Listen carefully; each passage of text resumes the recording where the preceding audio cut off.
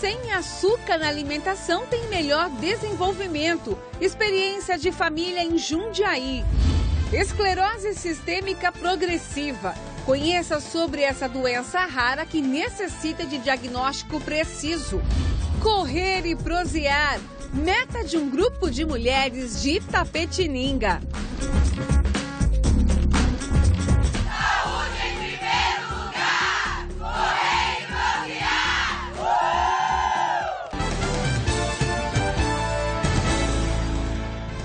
Está no ar o Noticidade com Simone Marqueto. Olá, boa noite. A Polícia Federal deflagrou hoje a 16ª fase da Operação Lava Jato. 180 policiais federais cumpriram 30 mandados judiciais. 2 pessoas foram presas, uma delas trabalhou na nossa região. Otton Luiz Pinheiro da Silva, que no site da Academia Nacional de Engenharia aparece como fundador da COPESP, atualmente Centro Tecnológico da Marinha em São Paulo e do Centro Experimental Aramar em Iperó. Ele é presidente licenciado de uma empresa brasileira fornecedora de energia elétrica a partir da energia nuclear. É um primeiro passo dentro da investigação na área de energia. Então é um percentual muito pequeno dos contratos para a construção de Angra 3. É o mesmo modo de operar, são os mesmos personagens. Podemos dizer que a corrupção no Brasil é endêmica e está em metástase. Otton teve a prisão temporária de 5 dias, podendo ser prorrogada. Todos os presos vão para a Superintendência da Polícia Federal em Curitiba. Nós entramos em contato com a assessoria da Marinha, mas não passaram informações. A reportagem completa sobre esse caso ainda hoje no SBT Brasil. O governador esteve na região e em Sorocaba fez entrega de viaturas e equipamentos ao Corpo de Bombeiros. 6 novas viaturas em um investimento de R$3.200.000, além de 19 equipamentos para reforçar o trabalho do Corpo de Bombeiros da região, foram entregues na presença de autoridades. Equipamentos os mais modernos para servir ao povo aqui da região metropolitana de Sorocaba. E Mairinque, que não tinha o bombeiro, também assinamos o convênio hoje, era só bombeiro municipal. Agora passa a ter autotanque, passa a ter também a presença do Corpo de Bombeiros estadual. A entrega foi marcada por um protesto de professores da rede estadual, que carregando cartazes reivindicaram o pagamento de salários no período de greve. Eu, comandante do 15º grupamento. Nós não podemos pagar pela mesma aula 2 vezes. O dinheiro é público, o dinheiro é do povo. Então as aulas que foram dadas pelo professor substituto, elas já foram dadas e já foram pagas. Na parte da manhã, Geraldo Alckmin cumpriu a agenda em Pilar do Sul, na entrega de equipamentos do programa Microbacias 2, em apoio a produtores rurais. Entregamos caminhão baú para a cooperativa do Caqui, a Associação dos Produtores de Caqui, para a cooperativa dos produtores de Pilar do Sul e da região, também para a Associação de Piedade, de Ibiúna, as associações e cooperativas. E abrimos a 6ª chamada. Então nós vamos ter R$100 milhões para investir. Olha, um caminhão carregado de sal tombou hoje à tarde em Piedade. Segundo a Polícia Rodoviária, o veículo apresentou problemas no freio e, por conta disso, o motorista perdeu o controle. Apesar do grande susto, o motorista nada sofreu. E um carro capotou hoje à tarde depois de ser atingido por um outro veículo. Segundo a Urbis, em Sorocaba, apesar do susto e do prejuízo, ninguém ficou ferido.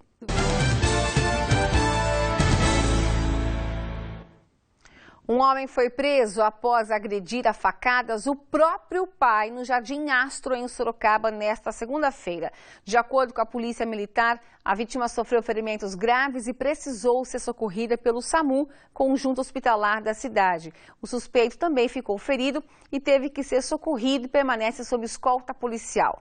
O caso foi apresentado no DPSU como tentativa de homicídio. Um homem foi preso enquanto tentava assaltar um supermercado na Vila Helena, em Sorocaba. De acordo com a funcionária, ele estava armado e, quando entrou no estabelecimento, anunciou o assalto, exigindo o dinheiro dos caixas. O segurança do local rendeu o assaltante e esperou a chegada da polícia. O homem foi encaminhado ao Plantão Norte e permanece à disposição da Justiça. Agora a gente fala de saúde. Uma doença rara, pouco conhecida e que não tem cura, mas o diagnóstico correto faz toda a diferença na vida do paciente.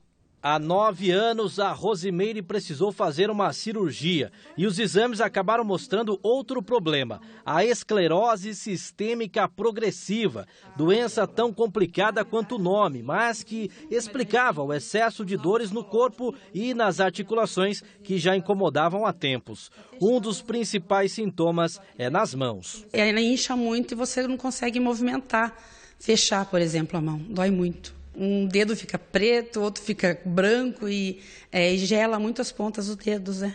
Na família, a manicure tinha até um apelido, Maria das Dores. Mas o incômodo não é apenas muscular. E a Rosimeire chegou a passar por uma cirurgia do esôfago, por conta das dificuldades de alimentação. Quando ia comer, para engolir ficava muito difícil. Você conseguia se alimentar até uma parte, depois já não conseguia mais, porque não conseguia descer a comida. Alguns estudos afirmam que o que mutilou os órgãos do famoso artista plástico Aleijadinho foi a esclerose sistêmica progressiva. Segundo esta reumatologista, a doença é crônica e não tem cura. É causada por um depósito irregular de colágeno. Existe uma deposição de colágeno nos tecidos, particularmente na pele, que acabou dando o nome de esclerodermia, para a doença, né? Tem a esclerose da pele, tem a deposição do colágeno na pele, mas esse colágeno ele pode depositar também em outros órgãos. Como não existe a possibilidade de impedir o avanço, o tratamento com remédios e terapias, como exercícios físicos, é para amenizar os efeitos desagradáveis. O tratamento ele é voltado para os sintomas de cada paciente. Então, desde tirar a dor com anti-inflamatórios, às vezes são necessários esteroides, até, por exemplo, no acometimento pulmonar, que é o mais sério, podem ser necessários imunossupressores ou até quimioterápico. A falta de sangue na periferia pode levar a ulcerações, pode fazer machucados na ponta dos dedos, por exemplo. Então, a gente precisa usar medicamentos que facilitam com que o sangue chegue na periferia dos membros. Tem que tentar esquecer da doença e viver a vida normal, porque ela está aqui, ela existe, né? É isso aí, tem que ser otimista.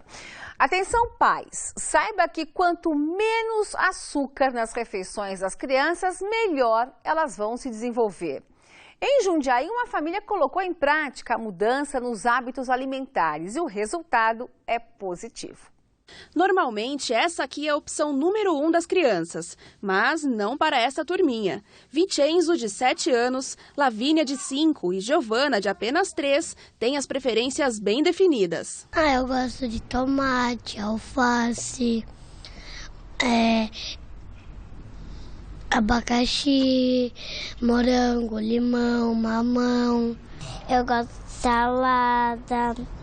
Eu como filé de frango assado. Esse gostinho mais saudável é porque a mãe deles, a Rosângela, incentiva a alimentação com frutas, verduras e legumes. E olha, não é fácil. Cada um tem um paladar diferente, então você tem que agradar em conjunto. Então tem as frutas nos potinhos coloridos, o arroz do Hulk, da Barbie. Então isso assim foi fantástico para a mudança, né, da alimentação deles. Um dos maiores desafios é manter esse costume fora de casa, na escola, por exemplo. As meninas levam lanche. O Vincenzo, que é mais velho, recorre à cantina e se vira muito bem sozinho. Quase todas as vezes que não tem muitas coisas saudáveis, eu como quase um café da manhã. Eu como um pão de queijo. Para que esse comportamento seja assim natural, é importante fazer como a Rosângela e implantar este hábito o quanto antes. Segundo a nutricionista que atende a família, desde a gestação a criança se adequa ao que a mãe come e quando cresce é preciso ter uma alimentação específica de acordo com a idade. A amamentação até os 6 meses, né? Fundamental, seja só a amamentação. Dos 6 meses a 1 ano, você começa a inserir os alimentos como frutinhas, sopas, né, alimentos mais saudáveis. Ainda de acordo com a nutricionista, o ser humano não nasce com um paladar para o açúcar industrializado. E se a criança começa a consumi-lo muito cedo, rejeita o sabor de legumes e verduras. E esse ingrediente é facilmente encontrado em uma bebida comum na mesa brasileira, o refrigerante. A recomendação por pessoa, né, é de 25 gramas de açúcar por dia. Uma lata de refrigerante normal tem 40 gramas. Quer dizer, quase o dobro da recomendação diária.